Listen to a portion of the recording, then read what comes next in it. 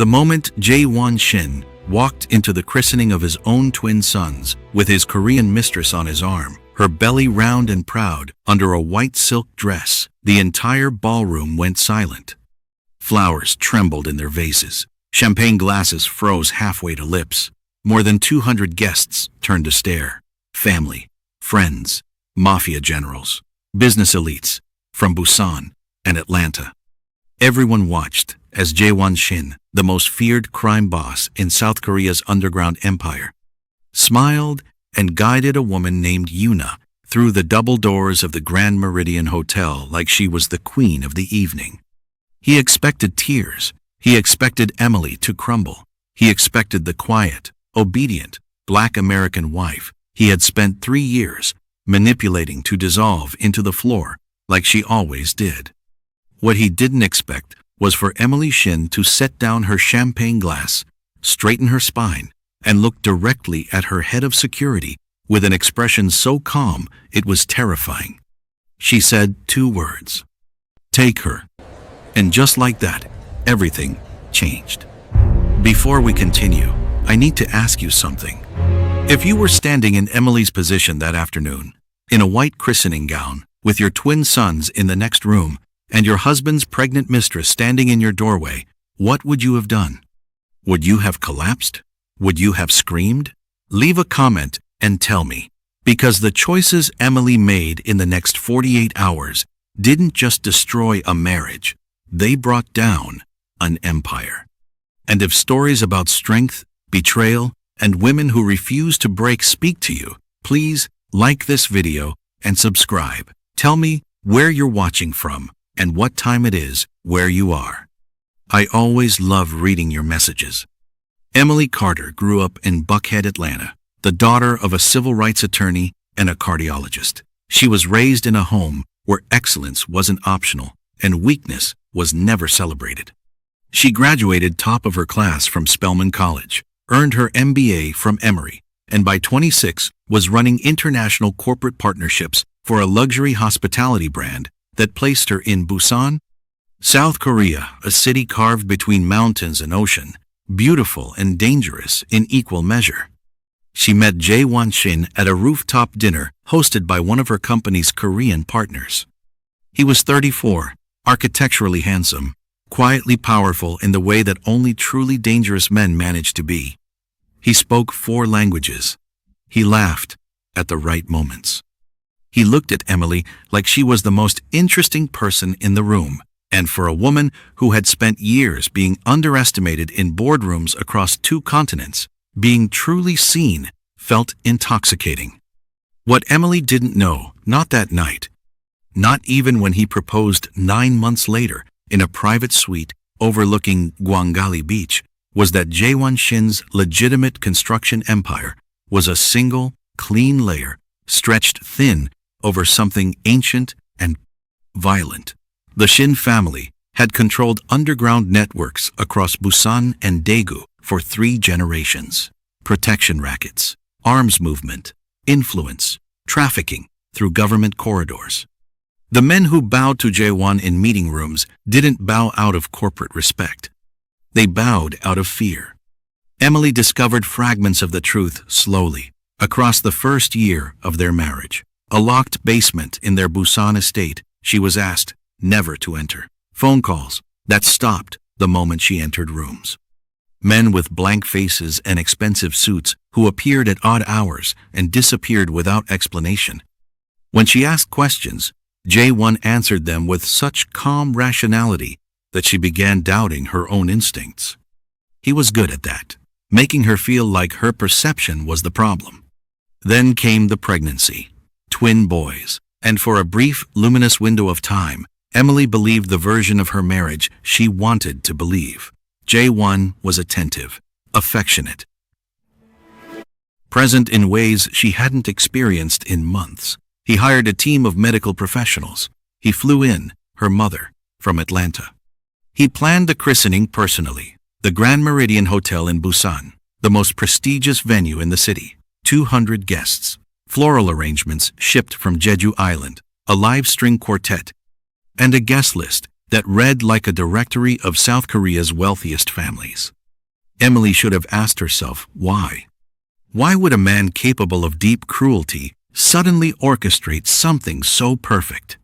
The answer arrived the morning of the christening, when her personal assistant Song Yi appeared in her dressing room with red-rimmed eyes and a phone screen bearing a photograph that made Emily's chest lock tight. The photo showed Jae-won at a private dinner the previous evening. Across from him sat Yoona Park, 29 years old, former entertainment executive, visibly pregnant, leaning toward Emily's husband with the familiarity of a woman who had long stopped pretending. Emily stared at the photograph for exactly 11 seconds. She counted them later.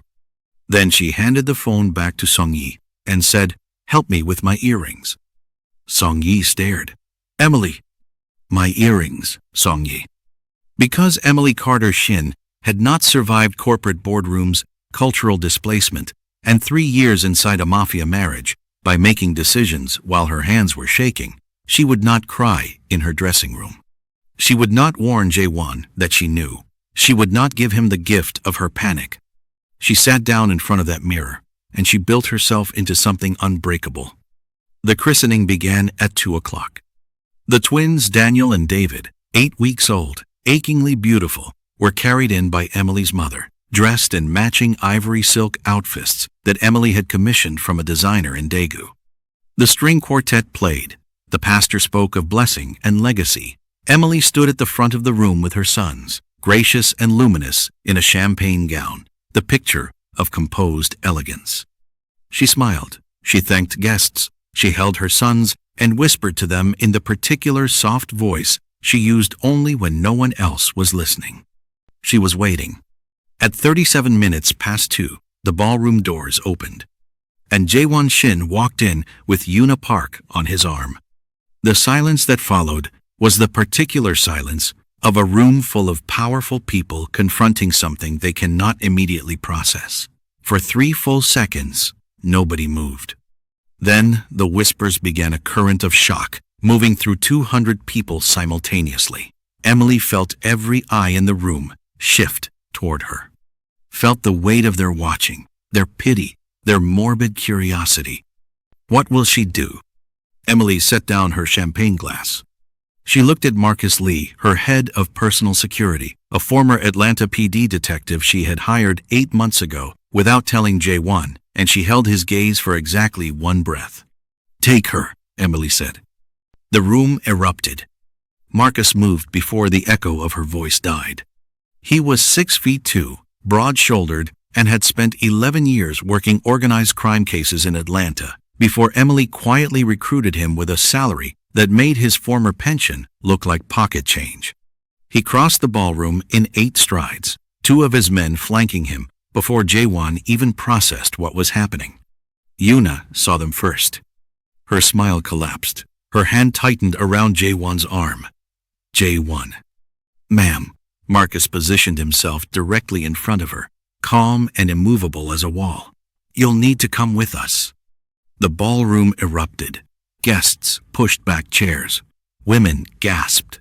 3 of Jae-won's own soldiers started moving from their positions near the doors, hands reaching instinctively toward concealed weapons, and then froze when they realized that every single one of Emily's security team already had eyes on them. Emily had planned this. She had planned all of it. Jae-won turned to face his wife for the first time since entering the room. His expression cycled through disbelief, fury, then something Emily had never once seen on his face in 3 years of marriage. Confusion. "Emily." His voice was low, controlled, the voice he used when he was deciding how dangerous a situation actually was. "What are you doing?" Emily walked toward him slowly. The room parted around her. She was aware of every camera phone rising, every held breath, every pair of eyes tracking her movement. She stopped close enough that only he could hear her clearly. "I'm protecting my son's christening," she said quietly. "You should have thought about that before you walked through that door." Jae-won's jaw tightened. "You will stop this, right now." No. The word was so clean, it almost sounded polite. I don't think I will. Behind him, Marcus and his team were guiding Yuna firmly toward a side corridor. Yuna was not going quietly. She pulled against Marcus's grip, her voice climbing sharply. J1! J1, do something! You told me she wouldn't! Her voice cut off as the corridor doors closed behind her. The silence that followed was devastating. 200 people stood inside the most expensive hotel in Busan, breathing carefully, staring at a man who controlled half the criminal infrastructure of South Korea's southern coast, a man generals obeyed and politicians feared, and watching him stand completely, catastrophically still while his wife dismantled his entrance in front of everyone who mattered. Jaewon's closest lieutenant, a cold-eyed man named Director Beck, stood near the far wall with an expression Emily recognized. She had seen it once before, years ago, on the face of a board member watching a hostile takeover complete itself in real time. It was the face of a man recalculating who actually held the power in the room. Jaewon stepped closer to Emily. His voice dropped to something dangerous. You have no idea what you just started. Emily looked at him without flinching. In 3 years, that voice had made her hands shake, had sent her retreating into silence, had convinced her that his version of reality was the only one that counted. Something had broken open in her this morning, not painfully, not with grief, but with a clean, cold precision she didn't know she possessed. Yes, I do, she said. Then she turned, walked back to her mother, lifted Daniel from her arms, and signaled the pastor to continue the ceremony. The christening resumed. Nobody left. They were too stunned to leave. Jaewon stood at the back of the room for 4 minutes. Emily knew, because she counted while maintaining a conversation with her mother-in-law, Jaewon's own mother, who had said nothing since the doors opened, whose expression communicated a complicated mixture of shame and something that looked, strangely, like relief. Then Jaewon walked out. The moment the doors closed behind him, the room exhaled collectively. Then, remarkably, the applause started. Soft at first, confused almost, then building as the string quartet began playing again, and Emily's mother squeezed her daughter's arm and whispered fiercely, "That's my child." Emily smiled and kissed Daniel's forehead. Inside, she was shaking, not from fear, from the enormous concentrated effort of holding herself together in front of 200 witnesses while her marriage ended and a war began simultaneously. Because she knew with the absolute certainty of someone who had spent 3 years studying a dangerous man that the moment Jaewon reached his car, the retaliation would begin. She had 48 hours, maybe less. That evening, after the guests departed, after the twins were fed and settled and her mother sat praying quietly in the guest suite, Emily sat alone at the dressing table in her bedroom. She removed her jewelry piece by piece. She studied her own face in the mirror the same way she had studied it that morning, looking for cracks, testing for weakness. There were none. She opened her phone and navigated to a contact stored under a name that wasn't a name at all, just 3 initials, KHC. She typed 4 words. I'm ready. Are you? The response arrived in under 60 seconds. Been waiting 3 months. Say the word. Emily set the phone down, looked at her reflection one final time. Then she went to check on her sons.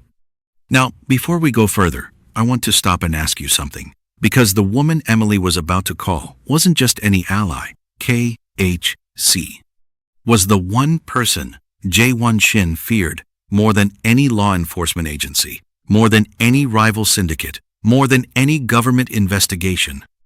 And Emily had been quietly building this alliance for 3 months without her husband knowing. If you've ever had to build a plan in silence while someone underestimated you completely, I think you understand exactly what this felt like. Drop a comment. Tell me, have you ever had to protect yourself from someone who thought you were too weak to fight back? And if you're not subscribed yet, please do it now, because what Emily does next is going to change everything. The following morning arrived gray and cold over Busan Harbor. Rain moved across the water in slow curtains, Emily was awake before sunrise, sitting at the kitchen island with coffee she barely tasted, working through a series of documents that Song Yi had assembled overnight.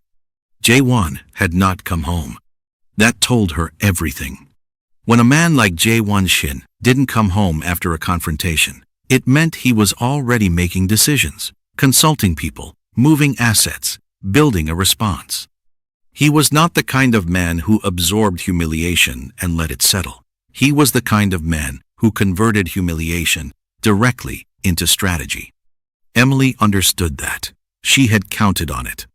Because while Jae-won was busy planning his retaliation, he wasn't watching what Emily was already doing. And what Emily was already doing was something that would take everything he thought he controlled and turn it against him. Her phone rang at exactly 6:47 inches the morning. She answered on the first ring. Mrs. Shin. The voice on the other end was low, precise, and carried the particular weight of a man who never needed to raise it. I believe it's time we met. Emily stood up, walked to the window, and looked out at the rain-soaked harbor. Yes, she said, I think it is. His name was Chairman Kang Hyun-chul. And if Jae-won Shin was the most feared man in Busan's underground, Kang Hyun-chul was the reason Jae-won still slept with one eye open. They had grown up in the same Daegu neighborhood, the same narrow streets, the same hungry winters. They had built their early empires side by side, two brilliant and ruthless young men who understood power the way other men understood breathing. For 12 years, they were untouchable together. Then, a deal went wrong. Money disappeared. A trusted man turned out to be loyal to only one of them. The partnership fractured into something cold and permanent. And for the past decade, Kang Hyun-chul and Jae-won Shin had existed in a state of controlled war, each man holding enough leverage on the other to guarantee mutual destruction, neither willing to pull the trigger first. Until now. Emily had found Kang 3 months ago. Through a connection, she had quietly cultivated a corporate attorney named James Osei, who handled legitimate business for both families and who had watched Emily shrink inside her marriage long. Enough to feel the particular guilt of a bystander. James had made one phone call. Kang had taken the meeting immediately. Emily remembered walking into that meeting in a private dining room at the Lotte Hotel in Daegu. Kang was 61, silver-haired, and possessed the stillness of a man who had long since stopped needing to perform power for anyone. He had looked at Emily across the table for a long moment before speaking. Your husband thinks you know nothing, Kang had said. My husband has been mistaken about me from the beginning, Emily replied. Kang had smiled then, slowly, the way people smile when they recognize something genuinely rare. What do you want? He asked. Everything he has hidden, Emily said. Every account, every asset he has moved outside of our marital estate, every arrangement he has made with Una Park that touches our family finances, documentation, all of it. Rost. Kang had studied her. And what do I receive? Emily slid a folder across the table. Kang opened it. His expression didn't change. Men like Kang never let their expressions change. But his eyes moved quickly, then slowly, then quickly again. Inside were records Emily had spent 8 months quietly compiling, a network of shell companies Jae-won controlled that Kang had been trying to locate for 3 years. Supply chain documentation. Financial routing details. The kind of information that could dismantle half of Jae-won's operation from the inside. How did you get this? Kang asked quietly. I ran his household accounts for 2 years before he hired a CFO, Emily said. He forgot that. Men usually forget the things their wives did before the wives became inconvenient. Kang closed the folder carefully. Then he looked at Emily with an expression she would remember for the rest of her life. Mrs. Shin, he said, I think we are going to work very well together. That had been 3 months ago. Now, sitting in the back of a black SUV, moving through rain-soaked Busan streets toward a location only her driver knew, Emily understood that the christening confrontation had been the signal both she and Kang were waiting for.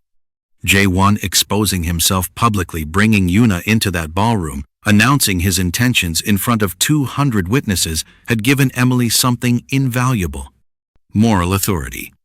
In Busan's elite circles, reputation was infrastructure. Jae-won had just cracked his own foundation in front of the people who mattered most. And Emily intended to bring the rest of it down before he could repair a single stone. The meeting with Kang lasted 4 hours. His compound sat on a private hillside property above Haeundae Beach, surrounded by manicured gardens that looked peaceful and concealed security that absolutely wasn't. Emily was received in a formal reception room where 2 of Kang's senior advisors were already seated alongside James Osei and a forensic financial analyst named Dr. Park Seo-jin, who had spent 15 years dismantling fraudulent corporate structures for international law firms. Emily sat down, opened her bag, and placed 3 folders on the table.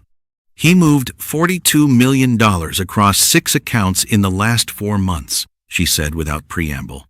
17 million of that came from assets that are legally half mine under our marriage contract. He's been preparing to dissolve our marriage on his terms. He wanted the financial architecture in place before he handed me papers and left me with whatever he decided I deserved. The room was quiet. Kang looked at Dr. Park. Is this recoverable? Dr. Park studied the documents. With the routing information Mrs. Shin has provided, yes. Conservatively, we can freeze movement on 30 million within 72 hours through a combination of civil injunctions and the international asset protection clauses in her original marriage contract. She looked at Emily. You had an international asset protection clause? My father's attorney insisted on it before the wedding, Emily said. Jae-won's lawyers thought it was a formality. They didn't read it carefully enough. James Osei pressed his fingers together and allowed himself a small, satisfied exhale. The planning continued. Every decision was surgical. Emily wasn't interested in burning things for the sake of burning them. She was interested in outcomes specifically. Outcomes that protected her sons, secured her financial independence, and dismantled Jae-won's ability to weaponize his resources against her in the divorce proceedings she intended to file before the week ended. At one point, Kang's senior advisor, a compact, intense man named Director Lim, leaned forward. Chairman, if we move on the Shin account simultaneously with the legal filings, there is a real possibility of retaliation beyond the financial. Jae-won will not absorb this quietly. Kang looked at Emily. Not at his advisor, at Emily. She met his gaze steadily. I know what Jae-won is capable of. I've lived inside it for 3 years. Marcus has already moved my sons and my mother to a secured location in Incheon. By the time Jae-won discovers the legal filings, I'll be on a plane with my children. She paused. He can be as angry as he wants. He just won't have anything left to be angry with. Kang was quiet for a long moment. Then he said, Your husband once told me you were a beautiful woman with no appetite for conflict. Emily looked at him. He was wrong about the conflict, she said. By the time Emily left Kang's compound, the rain had stopped. Pale winter sunlight was breaking across Haeundae Beach, catching the water in cold gold. She stood beside the SUV for a moment, breathing the salt air, feeling the particular weight of a decision that cannot be taken back. She thought about Daniel and David, 8 weeks old, impossibly small, entirely dependent on her to construct a world safe enough for them to grow into. She thought about the woman she had been 3 years ago, stepping off a plane into Busan, full of ambition and optimism and the dangerous certainty that love was a reliable foundation. She thought about Jae-won's face in that ballroom, the confusion, the dawning fury, the moment he realized the woman he had dismissed was no longer the woman standing in front of him. Then she got into the car. There was still so much to do. Jae-won Shin discovered what Emily had done at 9:14 on a Tuesday morning. He was sitting in the war room of his private office complex in downtown Busan, a reinforced building that publicly registered as a construction consulting firm and privately functioned as the nerve center of everything he controlled. When his CFO, a precise, nervous man named Controller Huang, walked through the door without knocking, that alone told Jae-won something was catastrophically wrong. Controller Huang never entered without knocking. "Sir," Huang's face was the color of old paper, "we have a problem." Jae-won set down his coffee. "Talk." "The Meridian accounts, the Jeju property holdings, the 3 offshore structures registered through the Cayman routing." Huang placed a tablet on the desk. "They're frozen." Huang. Jae-won looked at the screen. Then he looked at it again. His expression didn't change. Years of discipline had made his face an instrument he controlled completely, but something shifted behind his eyes. Something cold and calculating, cycling rapidly through possibilities. When? The freeze orders were filed at 6 a.m. International civil injunction routed through a Hong Kong arbitration body with jurisdiction under the terms of Huang swallowed visibly. "Under the terms of your marriage contract, sir." The room was very quiet. "My marriage contract," Jae-won repeated. "The International Asset Protection Clause." Huang's voice had reduced itself to barely functional. "Sir, we reviewed that clause 3 years ago, and our legal team assessed it as a formality." Jae-won's voice was absolutely flat. "Yes, sir." Jae-won stood slowly. He walked to the floor-to-ceiling window overlooking the harbor. For 40 seconds, he said nothing. Controller Huang stood behind him in the particular frozen stillness of a man trying to become invisible. Then Jae-won said, "Where is she?" Huang hesitated. We're not certain, sir. She left the Busan estate at approximately 4 a.m. with the children and Mrs. Carter. Her security team, the one she apparently hired independently." Marcus Lee. "Yes, sir. His team appears to have. She hired an American ex-detective 8 months ago, and nobody told me. It wasn't a question. It was a man reconstructing a timeline and hating every piece of it. Sir, she ran the household accounts. The payments were buried in domestic expenses." Jae-won turned from the window. His face now contained something genuinely frightening, not rage, which was manageable, but the cold, focused fury of a brilliant man who has just realized he has been comprehensively outmaneuvered. "Get Director Beck, get my lawyers, get everyone in this building into the conference room in 10 minutes. Huang nearly ran from the room. Jae-won stood alone for a moment. He thought about the christening, about walking into that ballroom with Yuna, about the plan he had constructed over 4 months, the careful financial restructuring, the quiet asset movements, the intention to present Emily with a divorce on his terms, leaving her comfortable enough to stay silent and diminished enough to stay irrelevant. He thought about her face when he walked through those doors with Yuna. He had expected devastation, tears, the particular collapse of a woman confronting public humiliation. Instead, she had looked at him with an expression he was only now correctly identifying. She had looked at him like a woman who had already won. The conference room filled in 7 minutes. Directors, lawyers, financial controllers, 3 of his senior operational lieutenants. Jae-won stood at the head of the table and delivered the situation in 4 sentences. The room absorbed it in stunned silence. Then Director Beck, who had survived 30 years in Busan's underground by being the least emotional man in any room, said quietly, "She went to Kang." Every head turned toward him. The asset documentation she would have needed to file that injunction in 6 hours, she didn't compile that alone, and she didn't file it alone. Beck folded his hands. That is Kang Hyun-chul's legal architecture, his Hong Kong arbitration body, his forensic financial reach. He looked at Jae-won. "Your wife has been working with Kang." The silence that followed was the loudest thing Jae-won had ever heard. Because every person in that room understood what it meant. This wasn't a divorce filing. This wasn't a wounded wife retaliating emotionally. This was a coordinated strike, executed by the one man on earth, with both the motivation and the resources to genuinely damage the Shin organization. using Emily as the legal instrument because Emily had something Kang could never obtain on his own. Standing inside the marriage. How long? Jaewon's voice was barely above a whisper. Beck's expression was grim.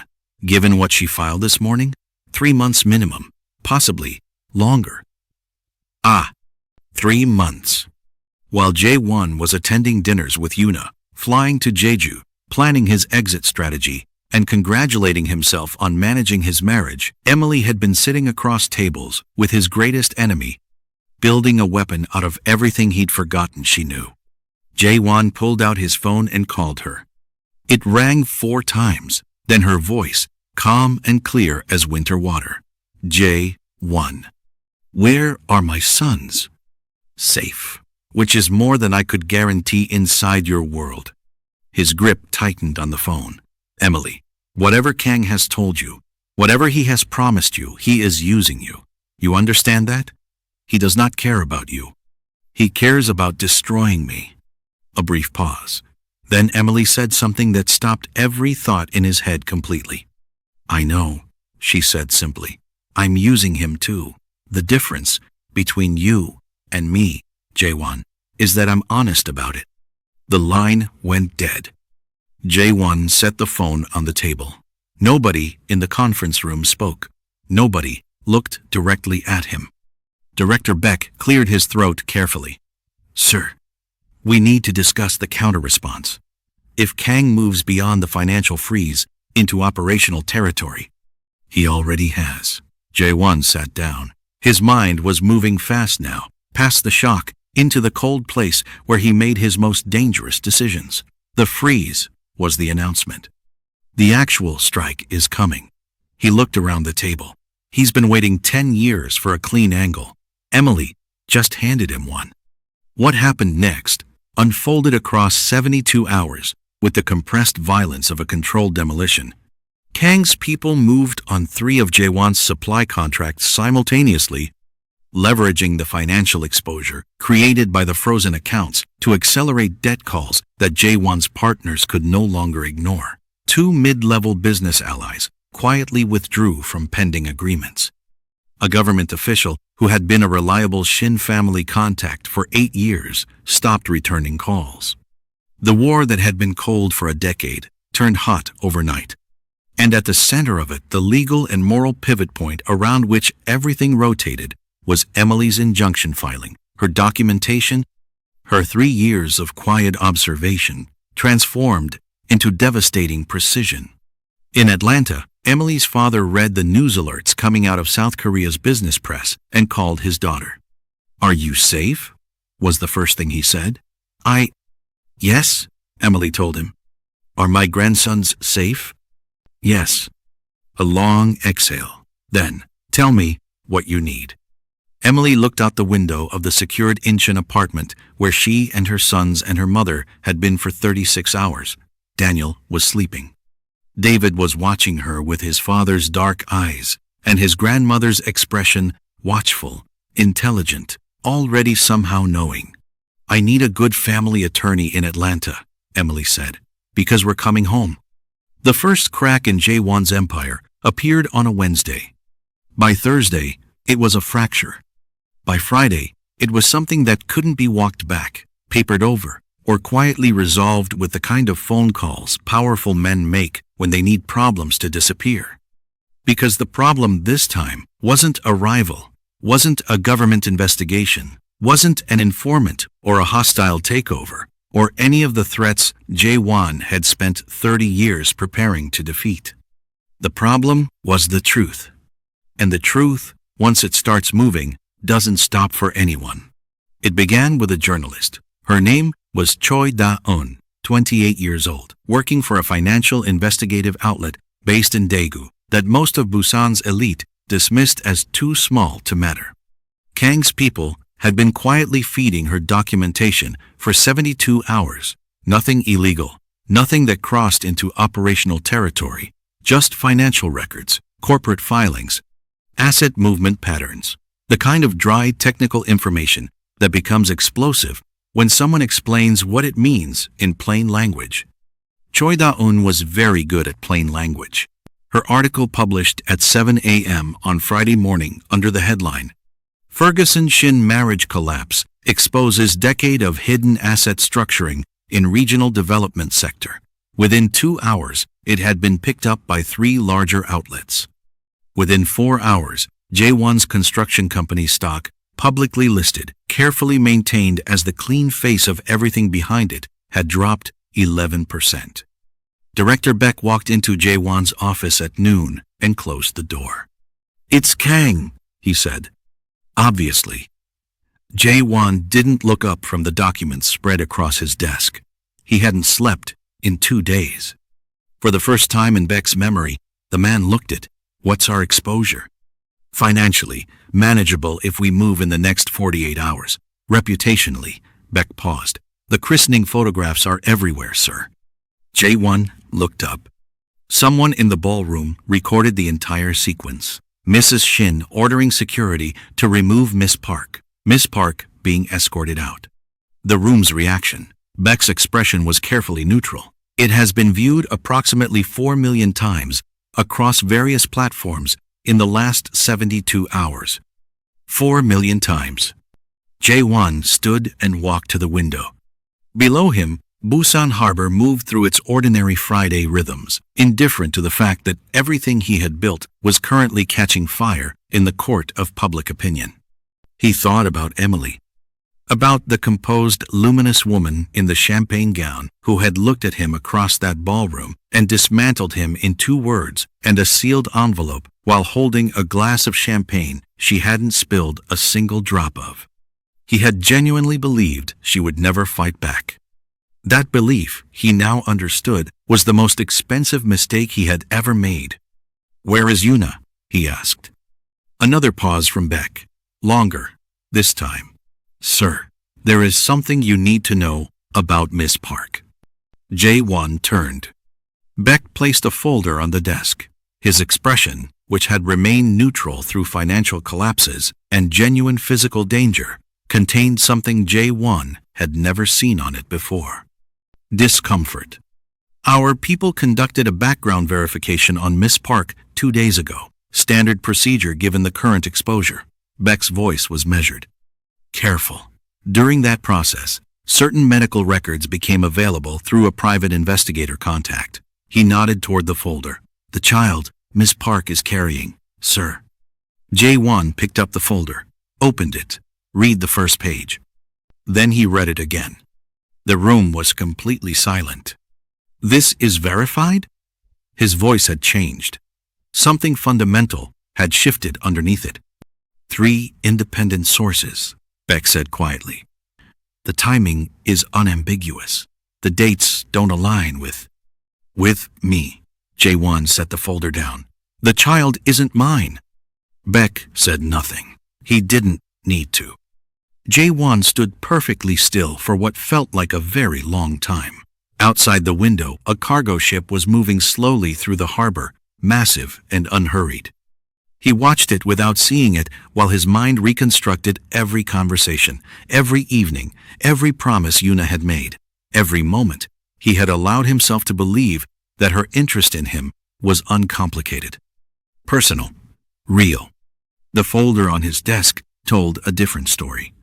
Yuna Park had been involved with a man named Lee Sung-min for the better part of a year.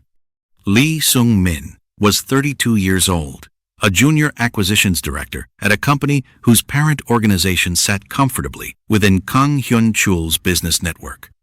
The pregnancy predated Yuna's involvement with Jaewon by approximately 6 weeks. She had known from the beginning. Jaewon had destroyed his marriage, humiliated his wife, endangered his son's safety, triggered a financial war with his most dangerous rival, and handed Emily every moral and legal weapon she needed for a woman who had been using him as cover for another man's child and an intelligence pipeline into his organization. The irony was so complete it was almost architectural. He picked up his phone and called Yuna. She answered on the 3rd ring, her voice carefully calibrated to warmth. "Jaewon, I've been trying to reach you." "Who is Lee Sung-min?" he said. Silence. Not the silence of confusion, The silence of a woman who has just heard the specific question she spent months hoping would never come. Jae-won. Don't. His voice was very quiet. Don't perform for me right now. I am looking at documentation. I want to hear what you actually say when you don't have time to prepare. Another silence. Then, Yuna's voice changed. The warmth evaporated. What remained was something flatter, more honest, and somehow more frightening.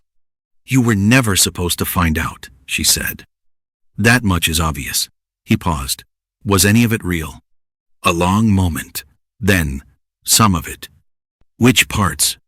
Does it matter? Jae-won ended the call. He stood at the window for a long time after that. Below, the cargo ship had completed its crossing of the harbor and disappeared. The water was flat and gray and entirely indifferent. He thought about Emily on their wedding day, genuinely radiant, entirely trusting, arriving into their marriage with the full generous weight of everything she was. He thought about watching that trust slowly erode as he made choices that prioritized his ego over their partnership. He thought about the christening, about her face, about the two words that had started a war he was now losing on every possible front. He thought about his sons, Daniel and David, 8 weeks old in a secured apartment in Incheon, with their mother and their grandmother, further from him than they had ever been, moving further still. For the first time since the christening, Jae-won Shin felt something he had spent his entire adult life constructing elaborate defenses against. Genuine remorse. It arrived quietly, without drama, without the theatrical weight he might have expected. Just a slow, heavy settling, the particular grief of a brilliant man finally understanding the cost of his own choices at the exact moment it is too late to change them. He picked up his phone. He called Emily. She didn't answer. Before we go further, I need to ask you something, because right now, Jae-won is feeling exactly what Emily felt for months, alone, exposed, powerless. And here's the question. Does he deserve even one moment of your sympathy, or did he build every wall of this trap himself, brick by brick? Leave your answer in the comments. This is the conversation I want to have with you. And if you're watching this and you haven't subscribed yet, please do it right now, because what Emily does when she finds out about Yuna's secret is going to absolutely floor you. Emily found out about Yuna's secret on a Saturday morning. It didn't come from Jae-won. It didn't come from Kang. It came from Song-yi, who had remained in Busan after Emily's departure, quietly gathering information with the particular invisibility of a personal assistant nobody important ever thinks to watch. Song-yi sent a voice message at 6:43 a.m. Emily was feeding David when it arrived, Daniel asleep against her shoulder, her mother making coffee in the kitchen of the Incheon apartment. She listened to the message once. Then she sat completely still for 45 seconds while David watched her face with his serious dark eyes. Then she called Song-yi back. "Tell me everything," Emily said, "from the beginning." Song-yi told her. By the time the call ended, Emily's mother was standing in the kitchen doorway with 2 cups of coffee, reading her daughter's expression with the precision of a woman who had spent 30 years studying it. "What happened?" her mother asked. Emily looked up. "The baby isn't his." Her mother set both cups down very carefully. "Say that again." "Yuna's baby. It isn't Jae-won's child." Emily's voice was steady, but her eyes contained something complicated, not satisfaction, not vindication, something rawer than either of those things. She's been involved with someone connected to Kang's network for almost a year. She used Jae-won, his access, his resources, his blind spots. She paused. She used his ego like a door and walked straight through his organization. Her mother sat down slowly. So he destroyed everything. For a woman who was running a play on him the entire time, Emily exhaled, "Yes." The silence that followed was heavy, with a particular weight of irony so complete it almost defies processing. Because here was the truth in its entirety, Jae-won Shin. The man who had manipulated and betrayed and humiliated his wife across 3 years of marriage had himself been comprehensively manipulated and betrayed by the woman he chose over her. He had sacrificed his family, his reputation, his financial stability, and his son's security for a relationship that was never what he believed it to be. Emily had not caused his destruction. His own choices had. Yuna had simply accelerated them. Emily's mother reached across and covered her daughter's hand. "How do you feel?" Emily considered the question seriously. She looked down at David, at his small, perfect face, at the absolute trust in his expression. "I feel like I need to protect my sons," she said finally. "Everything else is noise." Her mother nodded slowly.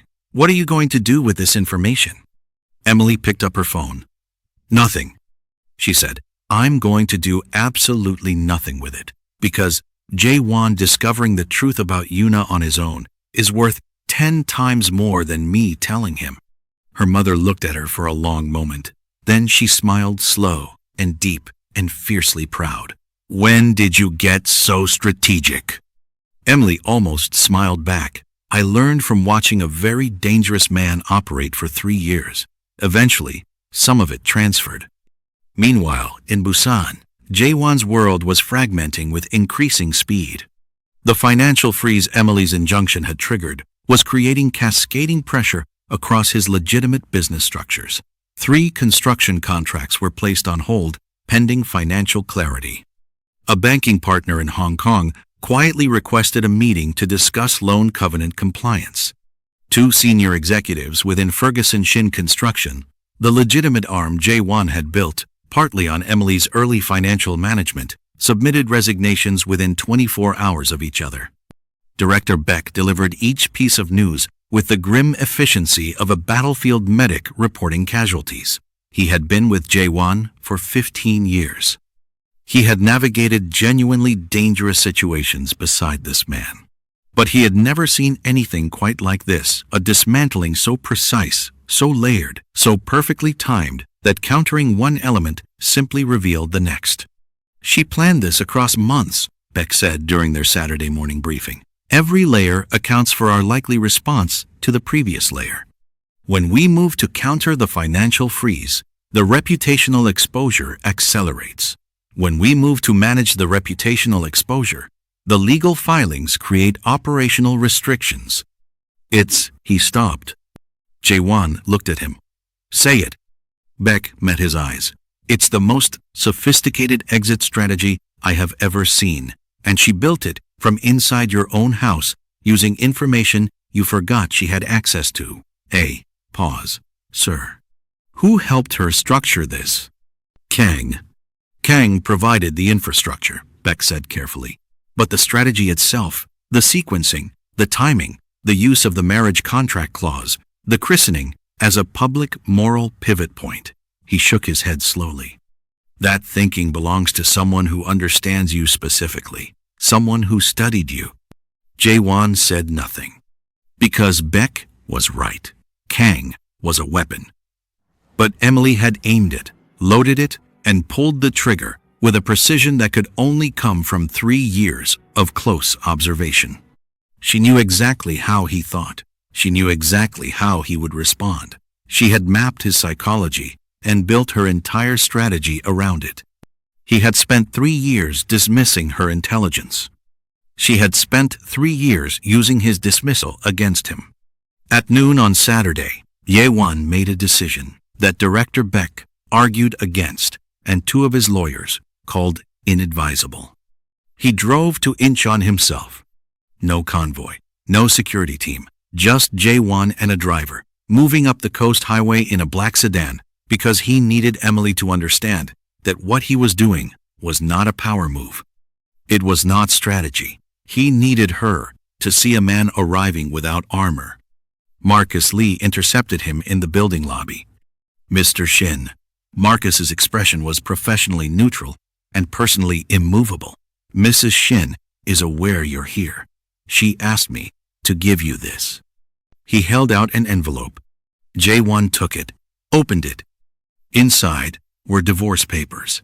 fully prepared, formally filed that morning with both South Korean family court and an Atlanta International Family Law jurisdiction, simultaneously double jurisdiction, that Rebecca and Emily's Atlanta attorney had structured specifically to prevent J1 from using his local influence to slow the proceedings. Behind the divorce papers was a single handwritten note. Emily's handwriting. He would have recognized it anywhere. J1. I spent 3 years making myself smaller so you could feel larger. I spent 3 years apologizing for my own intelligence so you wouldn't feel threatened by it. I spent 3 years loving you past the point where loving you made any sense. I have 2 sons who deserve a mother who knows her own worth. I have a life that deserves to be lived honestly. I wish you clarity. I wish you accountability. I wish you the specific pain of understanding what you had before you decided it wasn't enough. Do not contact me outside of legal channels. Emily. J1 read the note twice. Then he stood in the lobby of an Incheon apartment building while Marcus Lee watched him with professional detachment, and the note in his hand said everything Emily would never say to his face again. He thought about calling her. Then he understood, with a clarity that arrived far too late, that there was nothing left to call about. The marriage was over. Not because of the divorce papers, not because of the lawyers, or the financial filings, or Kang's intervention, or even the christening confrontation. It was over because Emily had finally, completely, and permanently stopped waiting for him to become the man she married. And that was something no court filing could fix. Emily's flight was booked for Monday morning, 6:15 a.m., Incheon International Airport. 2 first-class seats for Emily and her mother, 2 bassinet positions reserved for Daniel and David, 4 bags checked, Marcus, and 2 members of his team booked on the same flight. Her Atlanta attorney had an apartment ready in Buckhead. Her father had already converted the guest suite into a nursery. Everything was arranged, sequenced, and confirmed. Sunday was supposed to be her last night in Korea. It didn't work out that way. The call came at 11:47 p.m. Sunday night.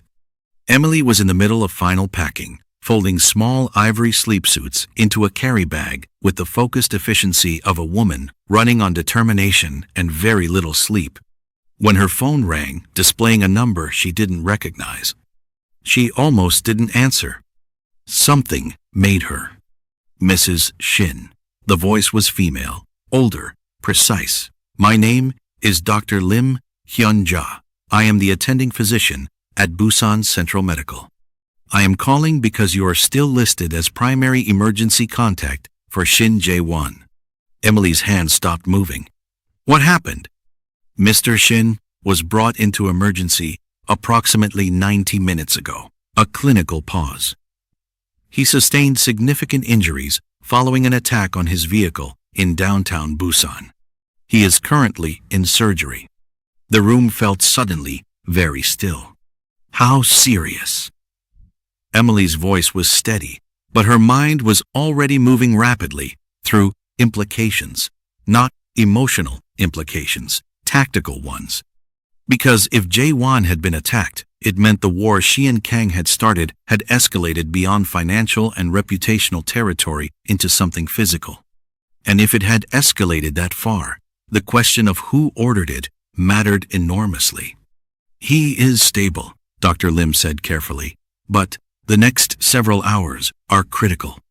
Emily thanked her and ended the call. She sat on the edge of the bed. From the next room she could hear David making the small, restless sounds that preceded waking. Her mother appeared in the doorway a moment later, reading Emily's face instantly. What happened? Jae-won was attacked. Emily stood. He's in surgery in Busan. Her mother's expression moved through several things quickly. Are we in danger? That was the right question. Exactly the right question. Emily was already calling Marcus. He answered immediately, which meant he was already awake, which meant he already knew. Marcus. I heard 20 minutes ago, he said. I was about to wake you. 3-vehicle convoy, ambush. in the Seogu district. Professional execution. This wasn't street level. His voice was tight. Emily, I need to know something right now, and I need you to be completely straight with me. Ask. Did Kang order this? Emily closed her eyes briefly. I don't know. Because if Kang has moved from financial warfare into physical, I know what it means. She opened her eyes. Get James on the phone, right now, tonight. Already texting him. And Marcus, nobody moves the boys without me physically present, not for any reason, not for anyone. Understood. She ended the call and looked at her mother. I need you to stay with the boys. Her mother straightened. Emily. I'm not going to the hospital. Emily was already moving toward the window, thinking, I'm not going anywhere near that building tonight. But I need to understand what happened before I put my sons on a plane tomorrow morning. She turned. If Kang ordered that attack, then I am not the partner I thought I was. And if I'm not the partner I thought I was, then the agreement between us has a problem. Her mother stared at her. You think he might have done it? I think Kang Hyun-chul has wanted to destroy Jae-won for 10 years, Emily said carefully. I think I handed him the tools to do it financially and legally. I think a man like Kang doesn't always stay within the boundaries of the tools he's been given. She picked up her phone again. And I think if I board that plane tomorrow without knowing the answer to that question, I become responsible for something I never agreed to. James Osei called back at 12:30 a.m. He sounded like a man who had been awake for some time and had been hoping this particular call wouldn't come. James. Emily's voice left no room. Did Kang order the attack on Jae-won? A silence that lasted precisely long enough to be its own answer. James. I don't have confirmed information. That is not what I asked you. Another silence. Then James exhaled slowly. There are people within Kang's organization who operate with significant autonomy. The chairman doesn't always... Stop. Emily's voice was very quiet, very dangerous. I came to Kang for financial leverage and legal strategy. I came to him to protect my assets and my children's future. I did not come to him to start a physical war in the streets of Busan that my sons will grow up reading about. She paused. You tell Chairman Kang that if his people were involved in tonight's attack, our agreement is finished. All of it. The documentation I provided, the cooperation, everything. I will withdraw every piece of legal support I gave him, and I will make it publicly clear that I had no knowledge of or involvement in anything beyond the financial filings. Emily. James sounded genuinely alarmed. If you withdraw from the agreement now, your own legal position becomes Emily. Complicated. I know. Her voice didn't waver. I built my position carefully enough that I can survive complicated. Can Kang survive me becoming a public liability? Silence. Call him, Emily said. Tonight. Now. And James, I need an answer before 5 a.m. because my flight board's at 6:15, and I will not get on that plane until I know the truth. She ended the call. Her mother had been listening from the doorway. Now she crossed the room and sat beside her daughter on the bed. For a moment, neither spoke. Outside, Incheon was quiet and dark, the city breathing slowly around them. You could just leave, her mother said softly. Get on the plane. Take the boys home.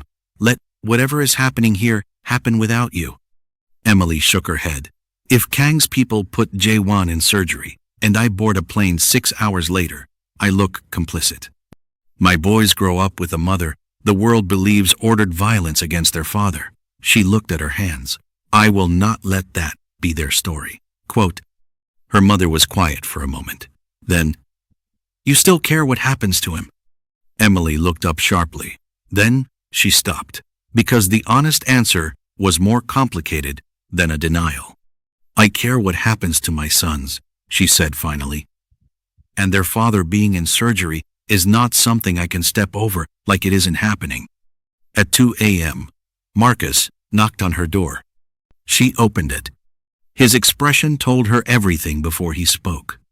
Kang's people are confirming it wasn't them, Marcus said. The attack came from a third party, someone we haven't accounted for. He paused. Emily. There's a faction within Jaewon's own organization that has been positioning against him for months. Director Beck believes it's an internal power grab, using the current instability as cover. Emily stared at him. Someone inside Jaewon's own house tried to kill him, she said slowly. Yes. She stood in the doorway for a long moment. The flight was in 4 hours. Her bags were packed. Her sons were sleeping. Atlanta was waiting. Money, no middle.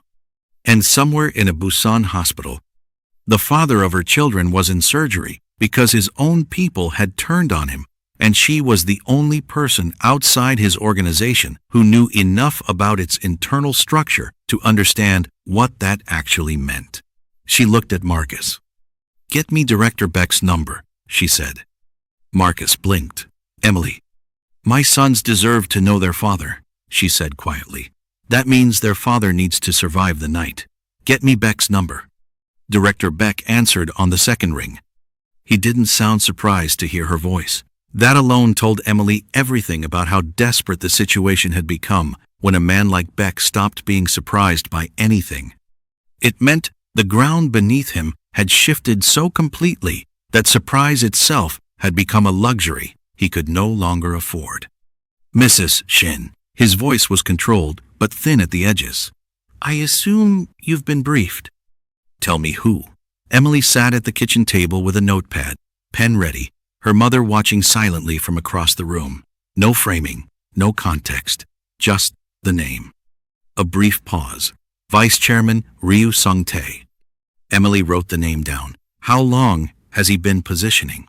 6 months minimum, possibly longer. Beck's voice tightened. He identified the instability created by recent events as an opportunity. The financial freeze accelerated his timeline. He believed with Mr. Shin weakened externally, an internal move would encounter minimal resistance. Who else is involved? 3 operational lieutenants, 2 financial controllers who have been quietly redirecting operational funds into Ryu's structures for approximately 4 months. Emily looked at what she had written. Does Ryu know about Yuna? About the baby not being Jaewon's? A sharp pause. How do you know about? Beck stopped himself, recalibrated. No, Ryu doesn't know. Almost nobody knows. That changes his calculus significantly, Emily said. Ryu moved against Jaewon, believing the Yuna situation gave him permanent moral cover inside the organization. If it becomes known that Yuna's pregnancy isn't Jaewon's, that the entire affair was partly an intelligence operation run against the Shin organization, Ryu loses his justification narrative. Silence on the line. Then Bayek said something that sounded almost like wonder. You want to expose Yuna's deception to destabilize Ryu's position. I want Jaewon's sons to have a father who is alive, Emily said. Everything else is secondary. She paused. But, yes. Exposing Yuna's actual role destroys the story Ryu has been selling internally. It reframes Jaewon from a compromised leader who destroyed his marriage for a mistress into a man who was deliberately targeted and manipulated. That's a very different story. One that costs Ryu his coalition. Beck was quiet for a long moment. Why are you helping him? Emily looked at the notepad. At Ryu Sung-tae's name, written in her clean, precise handwriting. Because I chose to leave Jaewon, she said quietly. Nobody else gets to make that choice. Not Ryu, not Yuna, not anyone. She stood up. Can you get the Yuna documentation in front of the 3 lieutenants currently supporting Ryu before morning? If I move in the next hour, yes. Then move, she paused. Beck, when Jaewon comes out of surgery, and he will come out of surgery, you tell him what I did tonight. You tell him exactly why.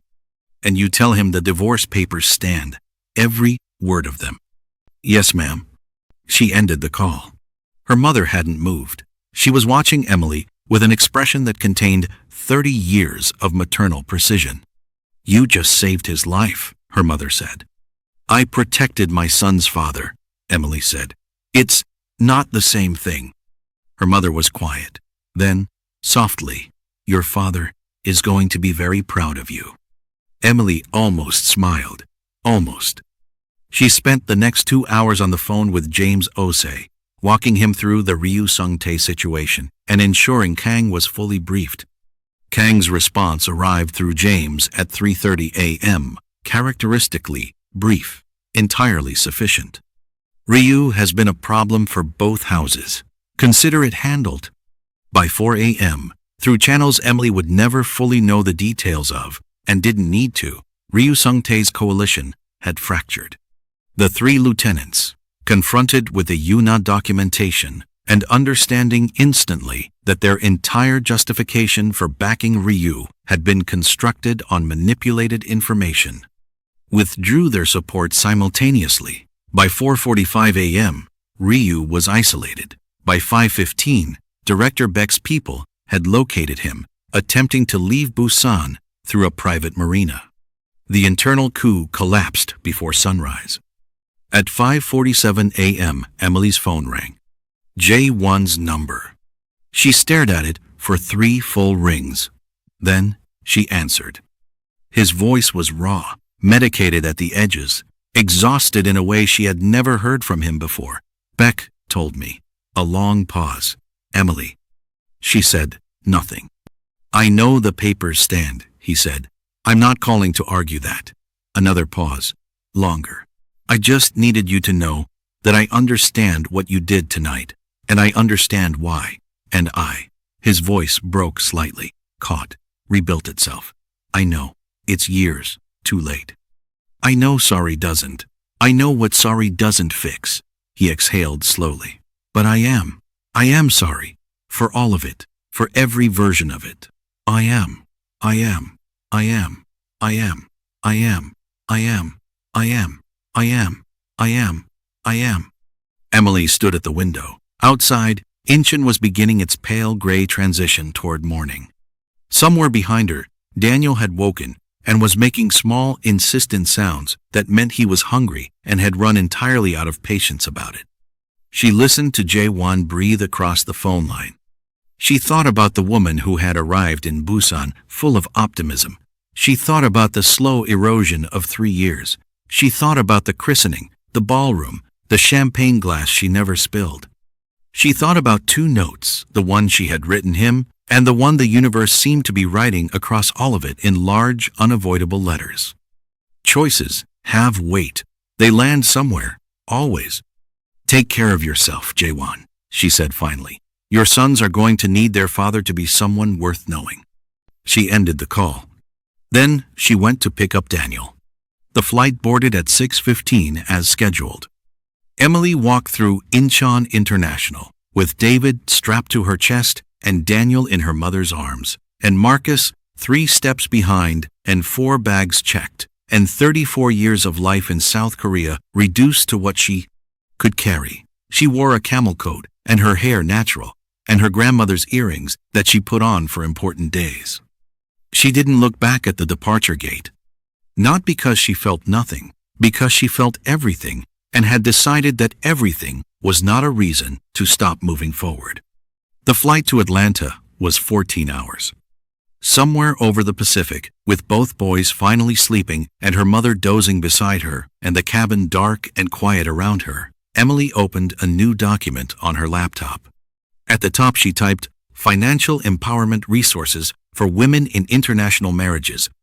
She had been thinking about it for weeks.